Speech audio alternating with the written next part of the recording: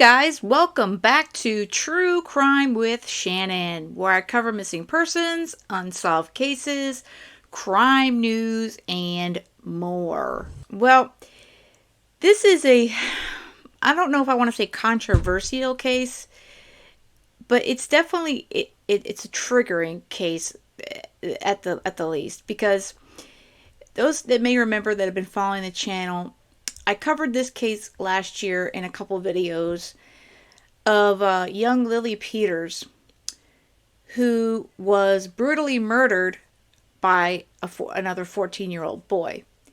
Now, a lot of the media is still not putting it out there who this 14-year-old boy is, but I'm not going to list his name. They do go by his initials. However, it was discovered that the 14-year-old boy who attacked Lily was her cousin. So this is basically where the case is at as of a year later. And unfortunately, it seems like it's a little slow going. His lawyers are trying to get the case moved to juvenile court. And of course, the state's like, no.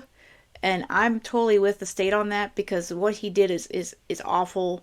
And yeah, he just needs to be tried in adult court, in my opinion. So here is the update. 1 year later on the Lily Peters case. Monday, which was this past Monday, marks 1 year since the tragic death of 10-year-old Lily Peters of Chippewa Falls. The case against her accused killer is still open, and the community continues to grieve her loss. The teen accused of killing Peters, identified to us as CPB because of his age, does not have any court hearings scheduled at the Chippewa County Courthouse until August.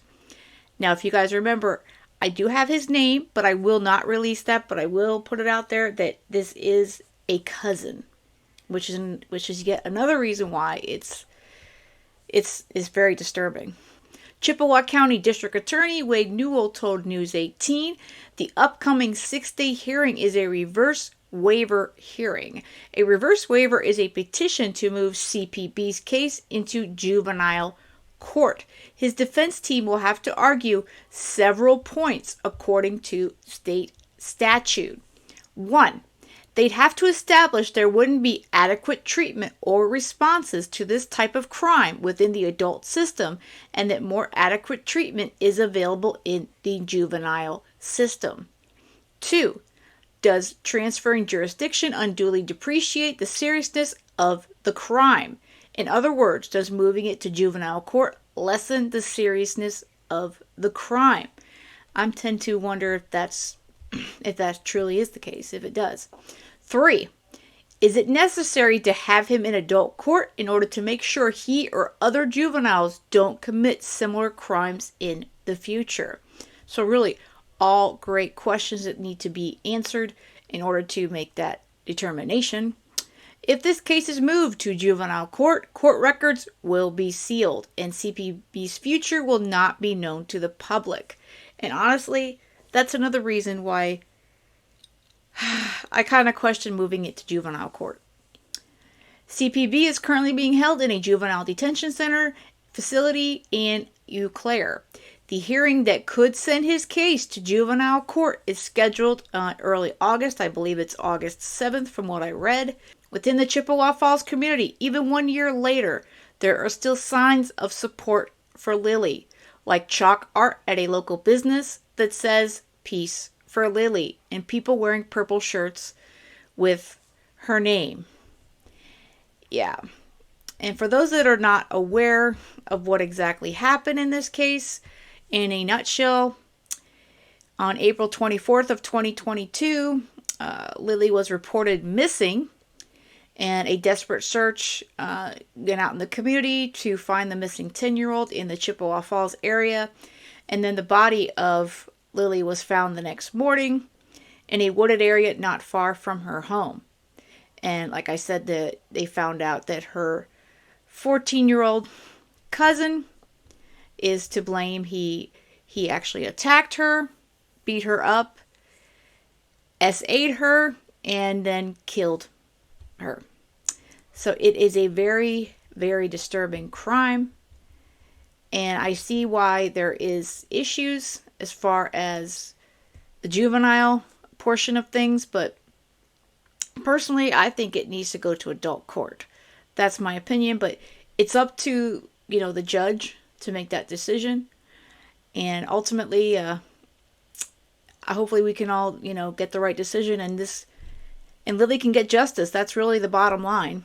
And I don't know if you can rehab someone like CPB. I really don't know. He's 14 years old, and this is horrific. And his father is already a known criminal. He's been in jail, prison.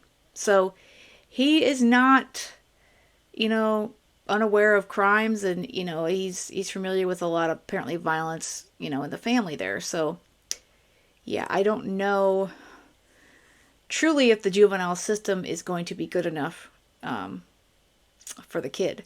This case is a tough one again. You've got a beautiful 10-year-old, Lily Peters, who went over a house. It was her aunt, and she apparently was hanging out there, which she rode there on her bike. It's not far from her home. And then she went to return home on her bike through this trail, and her aunt told her son to help follow her home to make sure she gets home safe. This ends in a brutal, brutal way. The cousin, known as CPB, attacks her, SAs her, and then kills her. And pretty much leaves her off the trail there and goes back home. It became the next day when they discovered her body after first seeing her bike, and then it led back to CPB. So this is just so much to this one. It's just one. It's bad enough if a 14-year-old boy, now 15,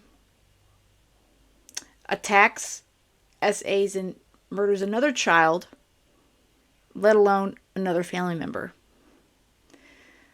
So yeah, I believe that this is probably really tough for that community, Chippewa Falls, and definitely the entire family.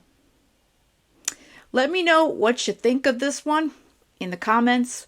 I will link to the other videos I did on Lily a year ago if you'd like to get some more background on this one.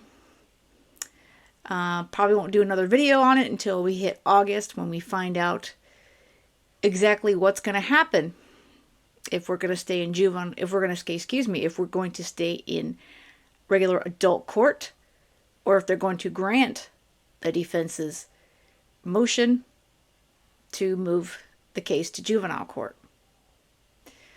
Alright guys, that's all I've got for this one. I hope you have a great rest of the day, and most of all, stay safe.